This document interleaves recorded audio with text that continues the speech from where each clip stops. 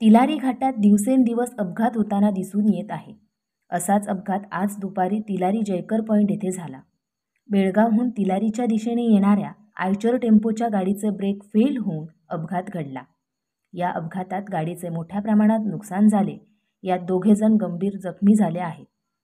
Brake fail होऊन ही गाडी 100 फूट खोल दरीत कोसळली.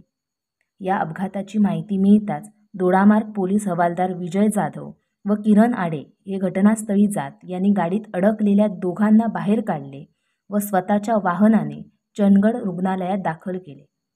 या मार्गावर अनेक वेळा मोठ्या वाहनांचे अपघात झाले. मात्र वेळोवेळी अशा वाहनांना घाटातून प्रवेश बंद करण्यात यावा अशी मागणी करूनही दुर्लक्ष केले जात असल्याने अशा प्रकारच्या अपघातांना वेळोवेळी सामोरे जावे लागत आहे.